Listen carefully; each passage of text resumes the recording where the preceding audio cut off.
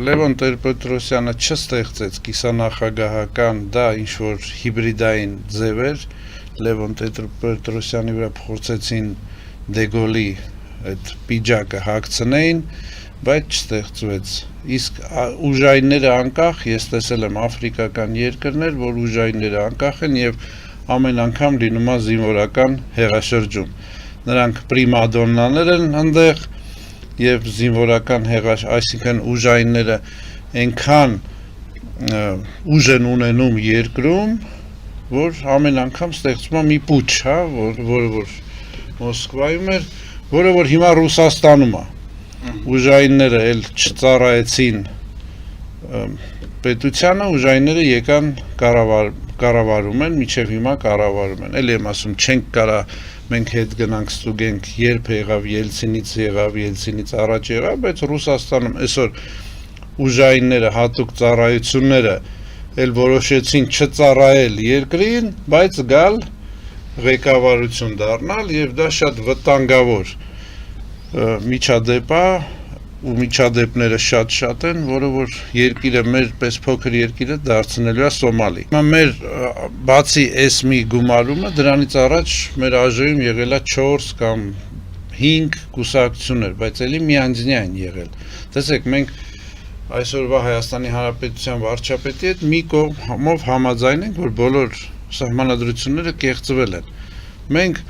լծակ չունենք սահմանադրության մեջ իբր ժողովուրդը երկրի տերն է, նույնը հռչակագրի մեջ է գրված ու պետքա պետությունը անի ժողովրդի իղձերը, ցանկությունները, բայց այս մոդելը, որը որ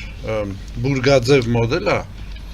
դա տանում է միանձնյա կառավարման, չկա լծակները, ժողովրդի ձեռքը այսօր լծակ չկա։ Տեսեք, վարչապետը, հիմա դուք ձեր այս լրատվականում, եթե ընդունեք աշխատանքի մի անձի, թուղթ ու գրիչը տաք, որ ինքը ձեր իրավունքները գրի, քանի օր դուք կլինեք այս ստուդիայի ղեկավարը, երկրորդ օրը արդեն ինքն է լինելու, նույնն է հիմա մենք թուղթ ու գրիչը տվել ենք այս մարդուն, ասում ենք գրի մեր իրավունքներն, այլ գրում է, ու լծակը չկա,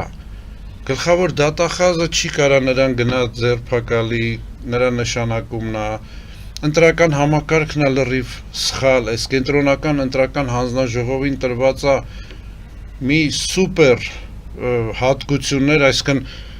ցուցակը նրանք են կազմում, որոշում են ով ընդգրկվի, ով չընդգրկվի, ցուցակի փոփոխություն են կարողանում անում եւ նույնիսկ ընտրությունների արդյունքներն են հայտարարում։ Կենտրոնական ընտրական հանձնաժողովը պետք է ապահովի մենակ տեխնիկական process-ը, ուրիշ ոչ մի բանի մեջ նա չի կարող։ Վեճերն նա քննարկում, այսինքն պետություն ում մոտ որ կենտրոնական ընտրական հանձնաժողովի ղեկավարը նշանակովի է, ես չեմ ասում անհնար է, դժվար է լինում այդ պետությանը ընտրություններում հաղթել։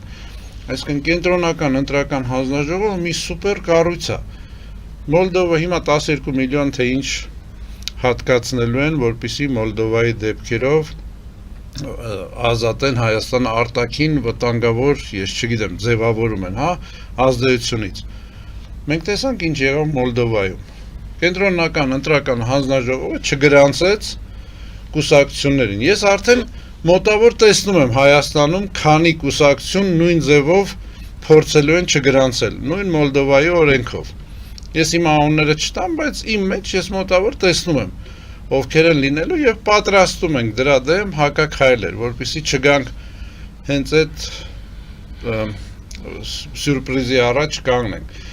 Այսինքն երկրում, որ կենտրոնական ընտրական հանձնաժողովը լուրջ հարցեր է լուծում, մենք դժվարություն ենք ունենալու, բայց լինելու է։ Ինչի է պետք մեզ պետություն։ Պետք է ամեն մեկը իրան հարց տա, որպեսզի ասենք մենք կարողանանք էֆեկտիվ արդյունավետ համակարգ ստեղծենք հայկականությունը, հայ մշակույթը, հայ գաղափարաբանությունը եւ այլն հայ տեսակը պահպանելու եւ զարգացնելու։ Այսօր միայն Հայաստանը իր ուժերով այլևս չի կարա իրեն այդ բանը թույլ տա ու պաշտպանի։ Այսինքն մենք երբ որ ասենք խոսում ենք այդ ընտրություններ բան, մենք պետք է հասկանանք, որ լրիվ նոր կառույցներ է պետք այդ այն նեղ կուսակցական, այսպես ասած, կառույցներով մենք այդ հարցը չենք կարող լուծել եւ այստեղ նորից առաջանում է Սփյուռքի կարևորագույն դերը, որը հասկանալով կամ չհասկանալով ոչ մի նախագահ ոչ միայն քայլ չի արել այդ ահռելի հայկական ռեսուրսը օգտագործելու, այլ ընդհակառակ ինքը բանը չեզոքացրել է այդ Սփյուռքի դերը, որպեսզի ինքը միանձնյա կառավարի տեղի այսպես ասած ռեսուրսները եւ իրեն անձնական sense կոպիտ ասեմ շահերի համար հիմա ասենք տեսնում ենք այդ առաջի երկրորդ երրորդ նախագահները վրթոված ասում են սա պատուհասա եւ այլ բայց մեկը չի հարցալի ընկեր առաջի նախագահ դու ասում ես պատուհասա բոլոր կադրերը քու աճացած կադրերն են իր շուրջը աճացած եւ այլն այս դրա համար ես ուզում եմ ցույց տամ որ սա հիմնովին սխալ է պետք է գա նոր ուժ, նոր մտածողություն, որը կարողանա ինտեգրի Սփյուռքը եւ տեղաբնիկ հայությանը որպես մի ընդհանուր կառույցի մեջ անունը մենք բազմաթիվ անգամ նշել ենք դա հայքն է դա հայքը ենթադրում է լրիվ ուրիշ մեխանիզմներ կառավարման եւ մասնավորապես ասենք վերցնենք եկեղեցու հարցը չէ եկեղեցին համաշխարհային հայությանն է վերաբերում բայց այս անձը չունենալով ինքը ասում է որ դրսի հայերը դա իմ ենթակայության չեն եւ ես գործ չունեմ իրենց այդ Շվեյցարիայում իր ասածը հիմի ասենք այդ համաշխարհային հայկական կառույցին որը ունի բազմաթիվ թերություններ որ տվյալ դեպքում նշում է այս վարչապետը բայց կներեք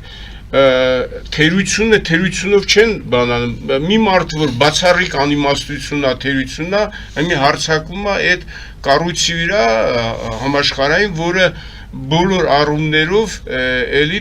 դրական դերախաղում հայության համախմբման ոնց որ տարան էլի ջուրը եթե տարա չունենա ինքը ծվերվելա վերանա եմի ասենց վտանգ կա եւ մենք տեսնում ենք որ տվյալ դեպքում ասենք այս ուղղորդումները կատարվում է որպեսզի այդ տարան ջարդեն որպեսզի հայությունը որպես միասնական էթնիկ հզոր կառույց բան անի ծվրվի եւ ասիմիլացվի որը տեղի ունեցել օրինակ ասենք Լեհաստանում եւ դրա շահագրգիռ ուժերը կան խնդրեմ Վատիկան ռուսական եկեղեցին Վատիկանը մի այտենց բանով Կիլիկյան կործանեց երկրորդ արարով կործանեց Լեհա հայությանը ես խոսել եմ Լեհայերի նախագահի հետ Դավիդովիչի հետ էլ որ եղել է գլխավոր շտաբի պետը Լեհաստանի բանակի Ավարտ ասում է մինիմում որ դուք պետքա մեզ ճանաչեք այսօր 3 միլիոն հայ բայց իրականում շատ ավելի շատ է այդ հիմա Ռուսաստանում կա 7 միլիոն հայություն հəl տեսիք ինչ են ստե ուզում են կառույցը քանդեն հետո այն ռուսահայության այդ սա այն Ռուսաստան գոյություն ունեցող կառույցը մտցնեն ռուսական եկեղեցուն եւ տենց զուլ են 7 միլիոն էթնիկ հայեր կան այսօր Ռուսաստան ոչ թե 2 3 եւ այլ 7 միլիոնի մասն է ել չեմ ասում 27 միլիոն այն մարդիկ որոնք կրում են հայկական արյուն 1 քառորդով 3 քառորդով եւ այլն այդ հզոր ուժը ուզում է